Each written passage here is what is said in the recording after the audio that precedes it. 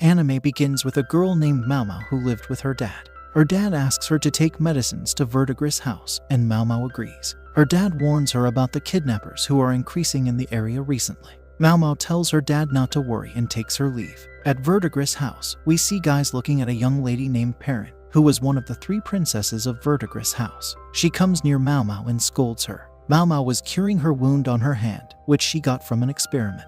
Soon, the old lady of Verdigris' house comes there and tells Mao Mao not to cause any explosions from her experiments, or she would become a courtesan.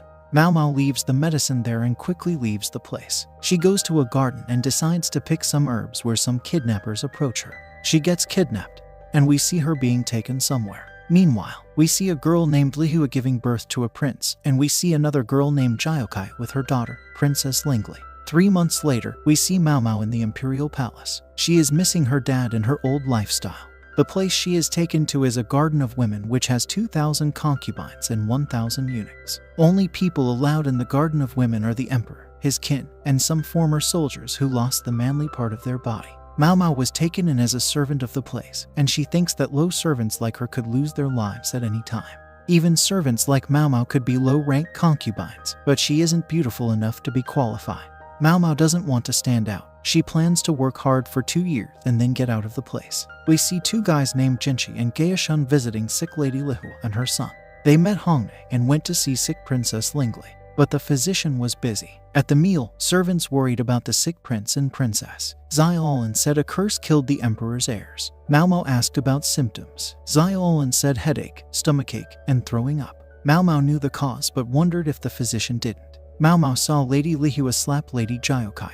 Lady Lihua accused her of cursing her son. Both children were sick, and no one knew the cause. Mao Mao saw this and wanted to tell them about the problem. She noticed the cause of the disease and decided to write a message to them. Soon after, the prince died of the unknown disease. Xiaolan said the emperor favored Lady Jiokai now. Jinchi met with Lady Jiokai, and she told him about the message. This was the message from Mao Mao that said that the child was killed due to the white powder that they used. They wanted to find out the messenger, and Jinchi remembered Mao Mao, who was searching for something to write on.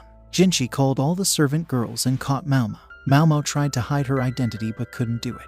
She was caught red-handed and thought she would be killed. But it didn't turn out as she anticipated. Lady Jiokai thanked Mao Mao for saving her daughter. Mao Mao pretended ignorance, but Jinchi pressed her. Mao Mao admitted similar powder poisoned courtesans where she grew up. She had apothecary knowledge of poisons. The nurse used the powder and got sick. Mao Mao lamented that more lives could have been saved if she acted sooner. Lady Jiokai made Mao Mao her new lady-in-waiting, ruining Mao Mao's low-profile plan, and Mao Mao now got a big promotion. Some soldiers were poisoned and blamed the villagers who made their food. Meanwhile, we see Jinchi talking with his subordinate Gaoshun about the recent incident. The villager's head is in custody for preparing poisoned food for the soldiers. Gaoshun talks about the new lady-in-waiting for concubine Jiokai. Jiokai was a high-ranking concubine, and she only had 4 ladies-in-waiting, whereas other lower-ranking concubines had way more compared to her. Jinchi tells Gaoshun that Jiokai is very wise, and she wouldn't hire someone who isn't useful. He tells Gaoshun about Mao Mao, how she can detect poison, and she would be of great help to Jiokai.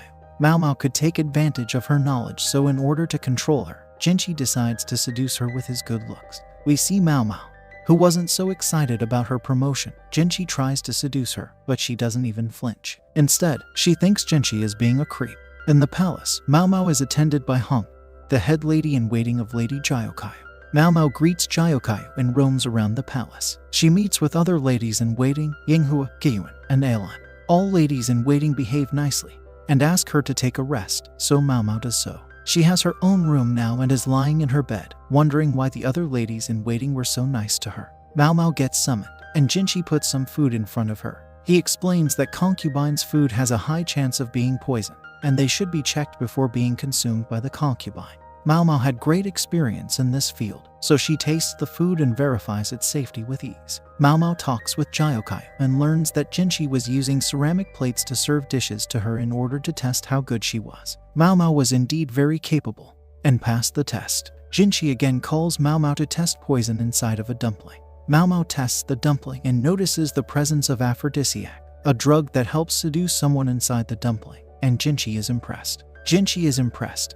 He tells Mao Mao about the soldiers' food being poisoned, and Mao Mao solves the mystery. The soldiers were burning poisonous branches that released poison upon burning. This spread the poison among the soldiers and affected everyone. Jinchi asks Mao Mao to create an aphrodisiac for him, and Mao Mao agrees. She is excited as she will finally get an opportunity to create a drug after a very long time.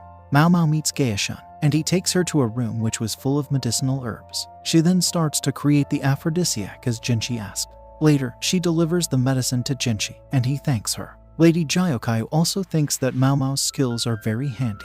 The scene shifts to a servant girl who sees a mysterious figure in a white cloak during the night and gets scared. We see all three of the ladies in waiting of Jyokai talking about their hometown with each other. One of them goes to Mao Mao and helps her make medicine. Mao Mao talks with one of the servant girls about the rumors of the ghost spirit that has been spread everywhere recently. Mao Mao doesn't believe it and thinks it is just a typical ghost rumor. She goes to visit the physician and helps him make medicine. Since she is so skilled, even the physician takes her help and treats her with respect. Jinchi arrives there and tells her about spirits, which Mao Mao doesn't show any interest in.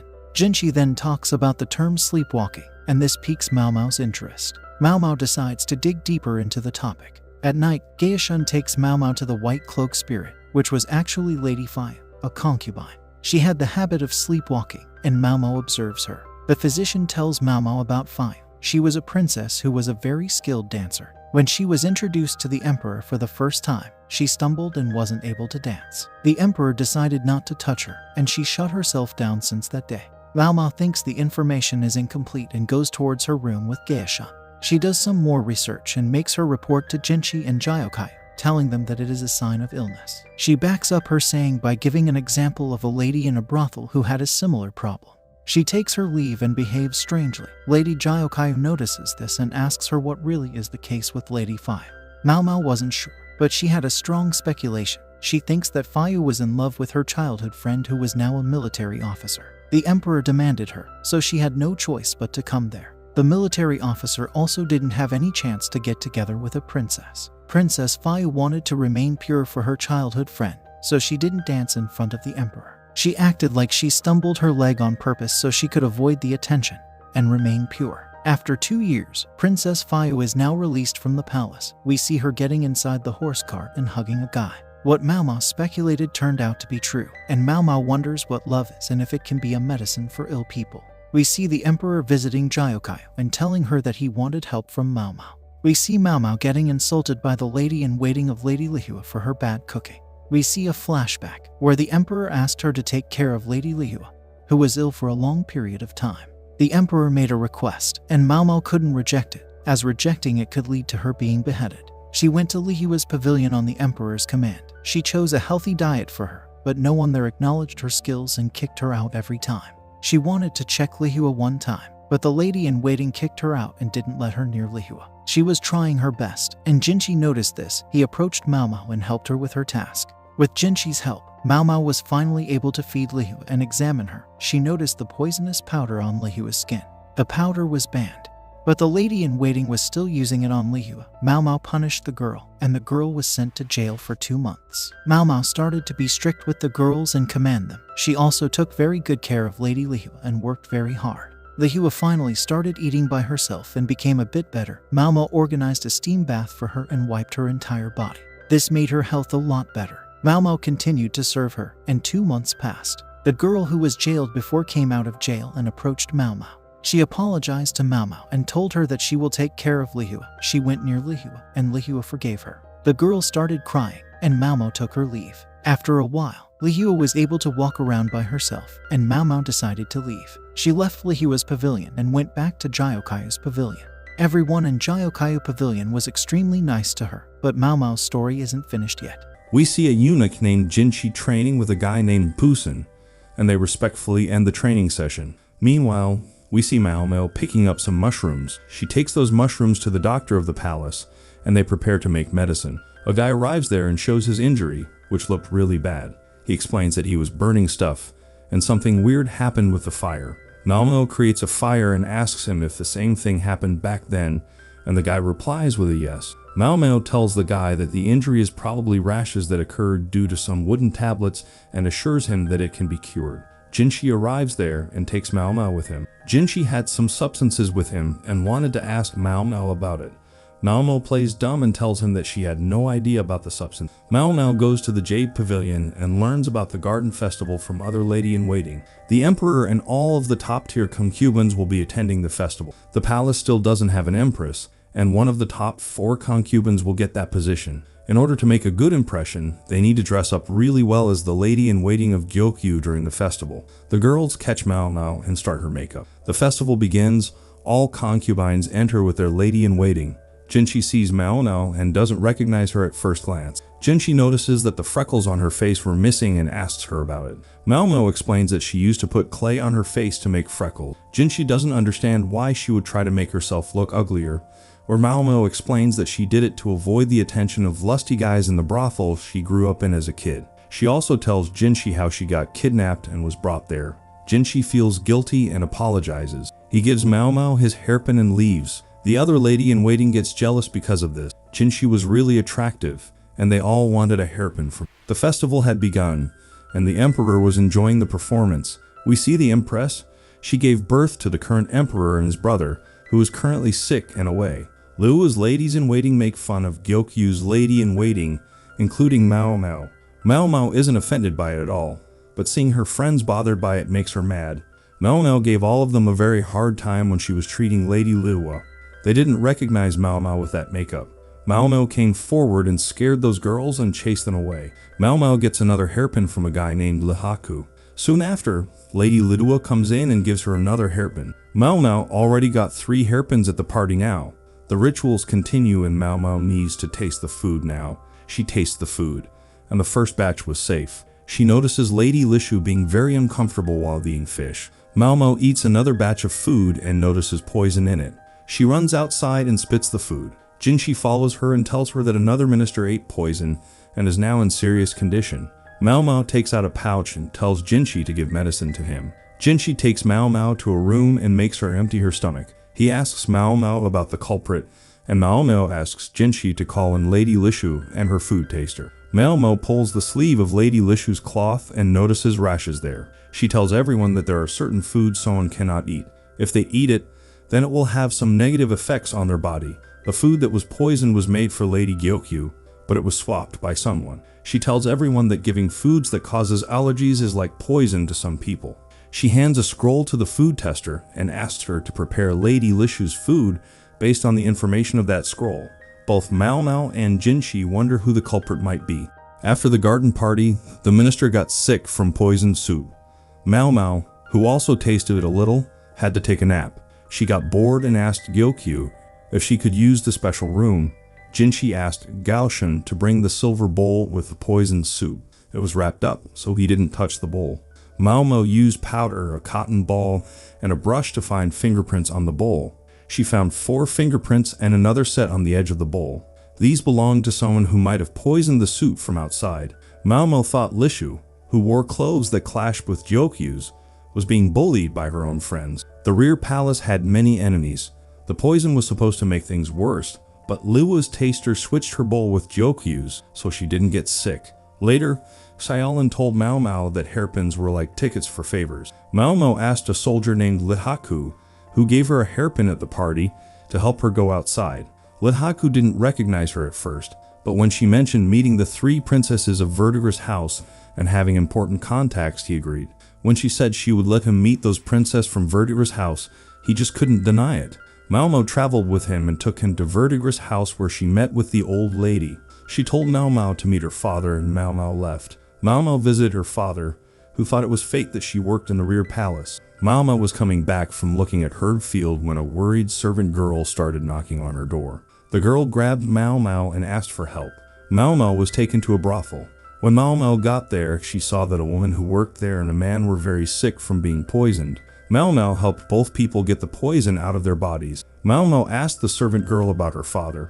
After looking closely at the scene, Mao Mao figured out that the poison was from tobacco and that the man and woman had tried to hurt themselves on purpose together. After leaving the room where the woman in charge of the building met with Mao Mao and her father, Mao Mao saw the servant girl try to stab the man with a knife. Mao Mao stopped the girl because she desperately wanted to hurt the man. Later, Mao Mao learned that the man was the son of a very rich businessman. He had sweet-talked and fooled other women who worked there, including the servant girl's older sister. the woman worker who poisoned herself, and the man was a good friend of the servant girl's sister. Malmo figured out that the woman worker had tricked the man into drinking the tobacco poison on purpose to try to kill him. What Malmo did that day saved the business from embarrassment because an important businessman's son did not end up dying there. After getting treated nicely at the baths, Malmo visited and saw another sick woman resting in a room at the building. A few days later, when Malmo went back to the palace, Jinshi was very worried about Malmo.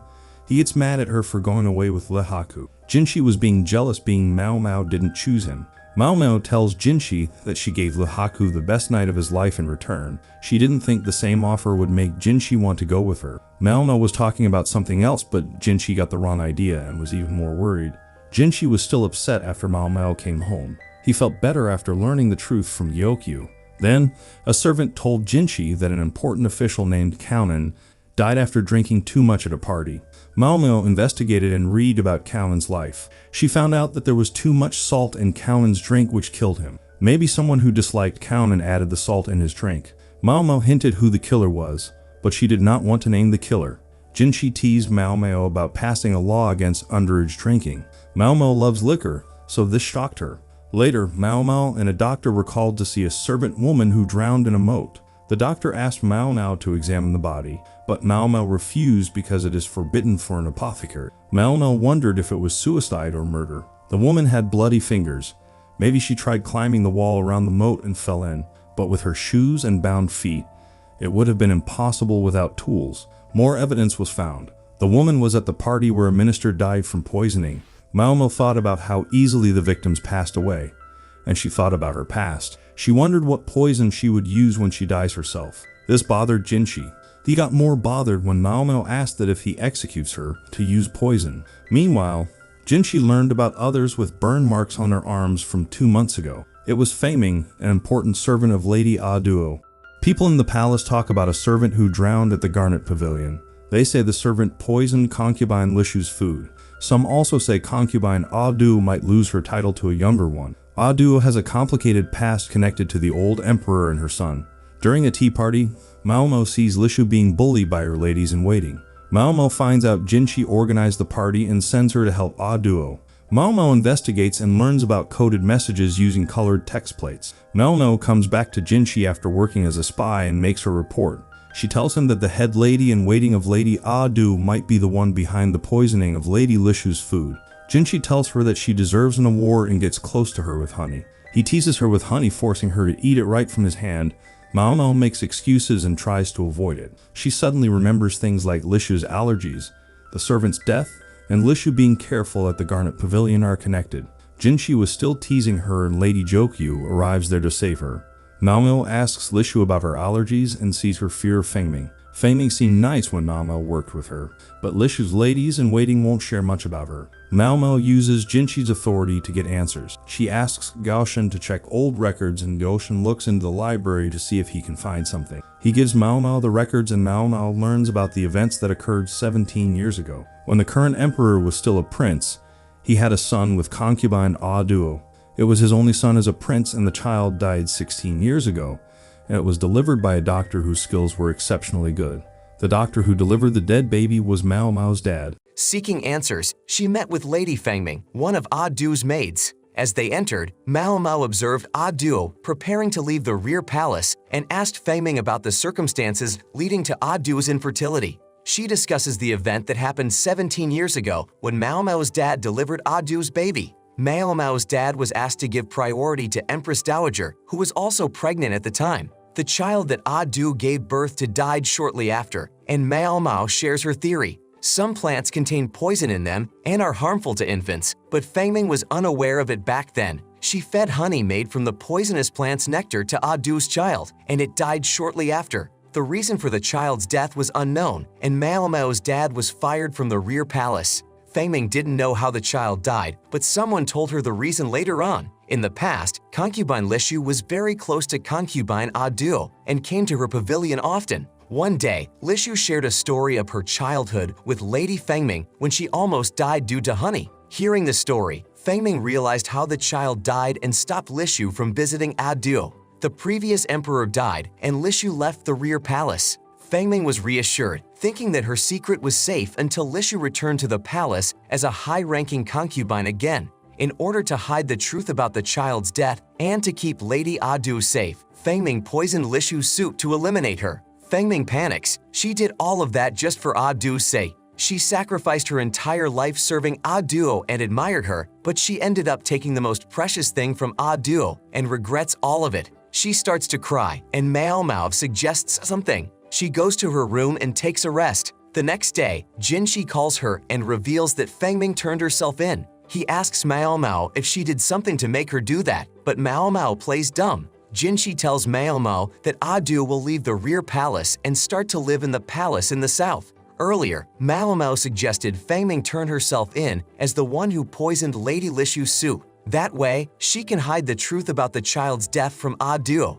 Fangming did that and was executed, and Lady Adu is set to leave the rear palace tomorrow. Mao Mao was sitting outside, and Adu arrives there, offering some booze to Mao Mao. She tells Mao Mao that when her child left her, she was no longer a concubine of the emperor, but rather his friend. She was allowed to stay in the rear palace out of pity. Adu wasn't sad about leaving the rear palace tomorrow. Mao Mao is going downstairs and falls on top of Jinshi. Jinshi holds Mao Mao, and Mao Mao tries to leave, but Jinshi doesn't allow her. He tells Mao Mao to let him hold her a bit longer and sheds tears. The next day, Adu returns her crown to Jinshi. Mao Mao notices that Adu and Jinshi looked the same. She cooks up another theory in her mind. What if Adu swapped her child with Dowager's child for his safety? The babies were swapped, and Mao Mao thinks that her dad was punished because he didn't notice what happened. This would explain why Adu stayed in the rear palace for so long, even though she had no interest in staying there.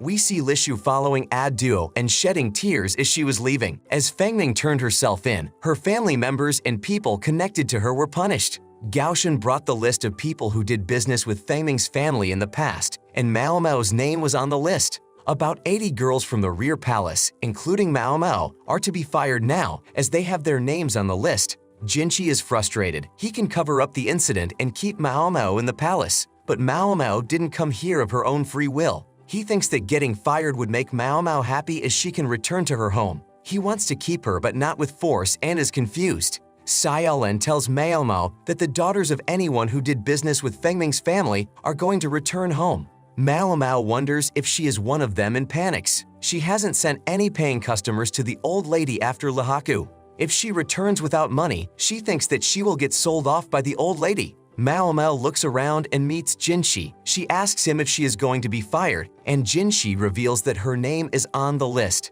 Jinshi can save her from being fired and cover up for her, so he asks Mao Mao if she wants to stay in the palace. Mao Mao doesn't want to be sold off. She wants to be in the rear palace for safety. She doesn't want to beg Jinshi to keep her there but indirectly states that she wants to stay. She tells Jinshi that she is merely a servant and her opinion doesn't matter. She will do anything if it is an order from him. Jinshi tells Mao Mao that he will pay as much as he can and fires her. Mao Mao leaves the palace and Jinshi is sad. Nothing cheers him up, and even Lady Jokyo teases him. Mao Mao returns to the Verdigris house and her sisters do her makeup. With Jinshi's help, she managed to give enough money to the old lady to avoid being sold for the time. Today, she needed to attend a noble party with her sisters. She gets on the cart and goes to the place. Mao Mao notices some people from the palace. They were hired today because of Lihaku's connection at the rear palace. Rich people from the palace were present at the party. Mao Mao walks around and sees a guy upset. She goes near him and finds out that it was Jinshi. Jinshi was happy to see her. Mao Mao tells him that she returned to the Verdigris house, and Jinshi becomes worried. Mao Mao tells him that she doesn't take any personal customers, and Jinshi asks if he can buy her. He asks Mao Mao for permission to touch her, and Mao Mao allows him to touch with his fingertips. He wipes the lipstick from Mao Mao's lips and kisses it. Mao Mao becomes shy, and her sisters ask her about Jinshi. Mao Mao works for the rest of the day and takes a bath with the old lady. She tells her that she will probably return to the rear palace and that the rear palace is similar to the Verdigris house. Mao Mao wakes up midnight and goes outside, looking at the sky. She remembers the time she spent at the rear palace. She wonders how she will lead her life now and feels cold. A few days later, Jinshi comes to the Verdigris house with a huge sum of money and a special herb. In return, he asks for a certain girl, and we all know who she is. Jinshi is talking with the emperor, and he praises Jinshi for his good work.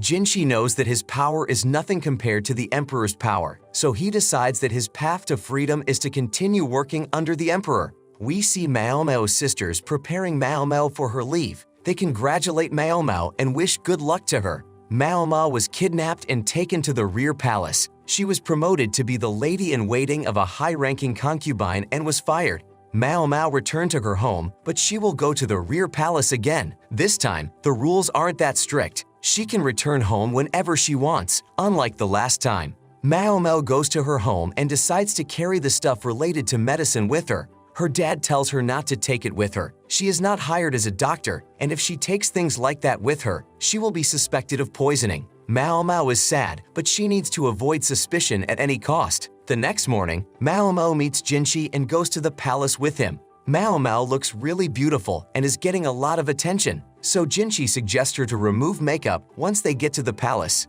Mao Mao is taken to Jinshi's house, and this is her new workplace. Mao Mao was fired from the rear palace, and she cannot just have the same position back.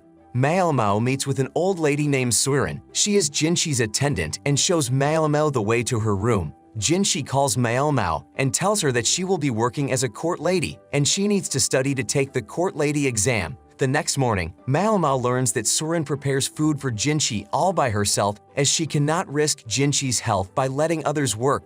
Jinshi wakes up, and he looks really hungover in the morning. He almost looks like a kid. The place is new for Mao Mao, and Gao Shun does the work of showing Mao Mao around. Jinshi couldn't tag along because he had a pile of work to finish. Mao Mao thought he never had any work to do, but it changed now. Mao Mao and Gao Shun roam around the area and return to Jinshi's house. Mao Mao walks in the corridor and notices the court ladies staring at her. These court ladies are talented, unlike the ladies in the rear palace, and are like secretaries. They approach Mao Mao and ask why she is getting the opportunity to serve Jinshi directly. Mao Mao asks them if they are jealous and gets slapped. Mao Mao starts to play dumb and tells them that Jinshi gave her the job out of pity. She praises them and they leave. Jinshi is surprised to see how much Mao Mao has to deal with just because he is around her. Mao Mao avoids the conversation and sneaks away. We see Mao Mao in her room, and she was excited to see the herb Jinshi gave her earlier.